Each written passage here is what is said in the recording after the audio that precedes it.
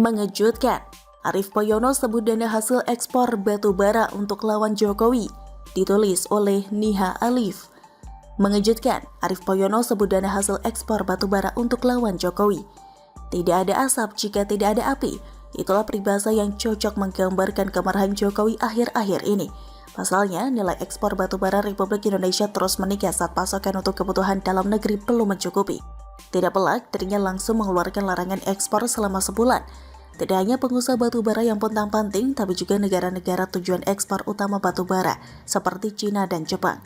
Namun bukan Jokowi namanya kalau gentar dengan tekanan.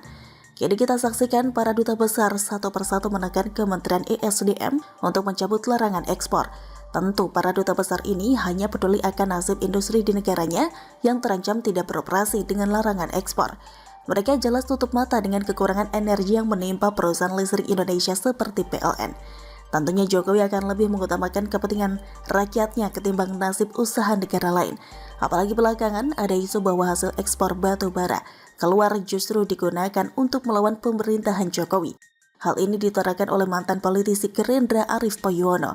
Dirinya dengan tegas mendukung langkah Jokowi soal pelarangan ekspor batu bara ke negara-negara lain dengan pertimbangan kurangnya pasokan untuk kebutuhan dalam negeri. Arief Poyono bahkan menyebut selama ini dana hasil penjualan ekspor batu bara hanya disimpan di luar negeri. Sangat tepat Kang Mas, Jokowi melarang ekspor batu bara. Banyak dana hasil ekspor batu bara disimpan di luar negeri dan membiayai pergerakan politik melawan Kang Mas Jokowi.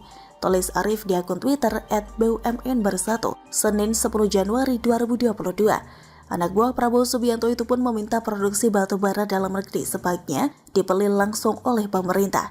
Semua batu bara dibeli sama negara saja, mulai hari ini pakai rupiah, tegasnya. Seperti yang diketahui pada awal Januari ini, PT PLN mengalami krisis batu bara. 10 juta pelanggan PLN terancam mengalami mati listrik karena 20 pembangkit listrik tenaga uap atau PLTU milik PLN tidak memiliki pasokan batu bara. Akibatnya pemerintah melakukan pelarangan ekspor sementara melalui surat dari Direktorat Jenderal Mineral dan Batu Bara atau Ditjen Minerba nomor B/MB-05-DJB-B/2021 tertanggal 31 Desember 2021. Adapun pelarangan tersebut dilakukan pada 1 Januari sampai 31 Januari 2022 ini. Larangan ekspor itu berdampak kepada sejumlah negara importir batu bara dari Indonesia, seperti halnya Jepang dan Korea Selatan. Kedua negara itu mengirimkan surat kepada pemerintah untuk kembali membuka keran ekspor batu bara. Kalau benar pengakuan Arief Poyono bahwa uang hasil ekspor batu bara dipakai untuk melawan Jokowi, maka pemerintah sebaiknya mengaudit para pengusaha batu bara ini. Sejauh ini Jokowi dengan tegas mencabut izin usaha perusahaan yang bermasalah. Tapi pemerintah harus bergerak lebih lanjut mengenai isu yang dilontarkan Arief Poyono ini. Apa motif mereka melakukan perlawanan pada Jokowi? Apakah terkait gebrakan pemerintah yang dengan tegas membubarkan sejumlah ormas radikal? Apakah terpaut dengan kasus BLBI yang menyeret sejumlah nama besar?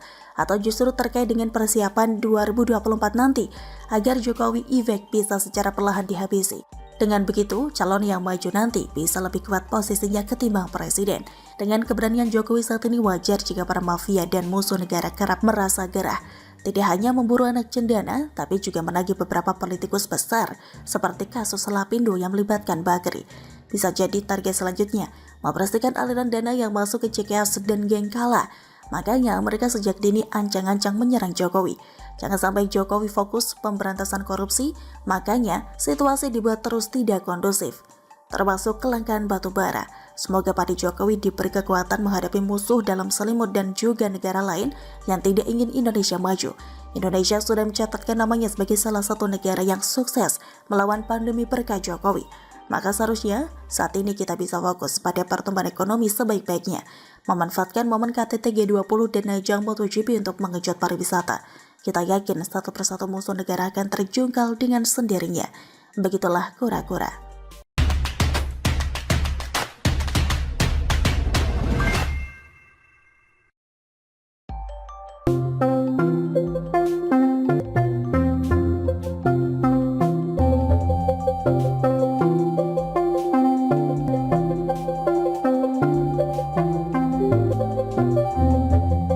Ternyata ada yang gerah dan panik jika Ahok kembali jadi Gubernur DKI 2024, ditulis oleh Abu Daeng Al-Makassari.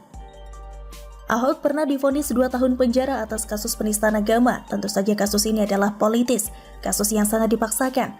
Ahok mendekam di penjara terhitung tanggal 9 Mei 2017 dan bebas pada tanggal 24 Januari 2019.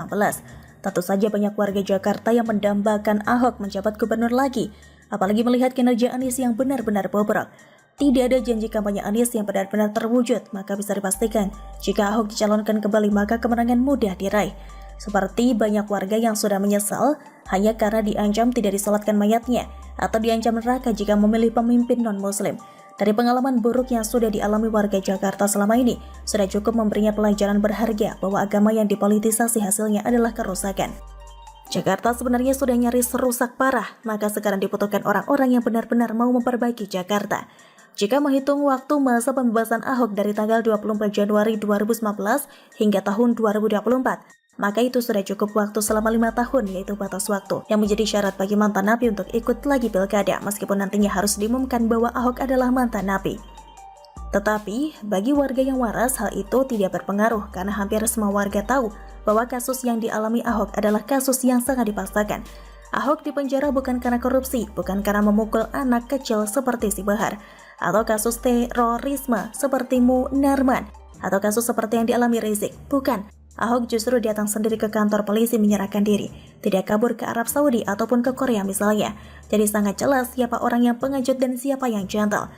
Peraturan mantan napi bisa ikut pilkada tersebut tertuang dalam Peraturan Mahkamah Konstitusi Nomor 56/PPU/17/2019 yang memungkinkan seorang mantan narapidana mencalonkan diri sebagai gubernur, tetapi dengan syarat menunggu jeda waktu 5 tahun setelah melewati masa pidana penjara.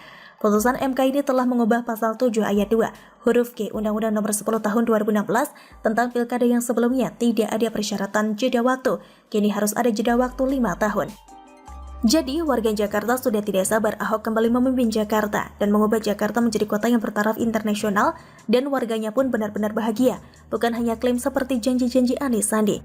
Semoga saja waktu itu akan datang dan Jakarta mempercepat proses kemajuannya yang sudah hampir rusak parah selama ini di bawah komando Anies. Penghargaan yang sudah diborong Anies tidak bisa menutupi kekurangannya.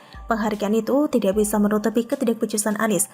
Penghargaan itu hanyalah topeng. Faktanya, Anies tidak bisa bekerja, cuma omong doang. Karena warga melihat dengan jelas lingkungan Jakarta. Warga menyaksikan dan merasakan semua janji-janji Anies Sandi.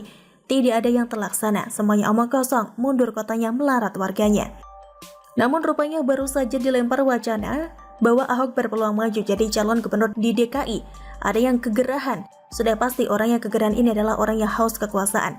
Bisa jadi ingin seperti Anies, yang parlente tapi tidak bisa kerja, tidak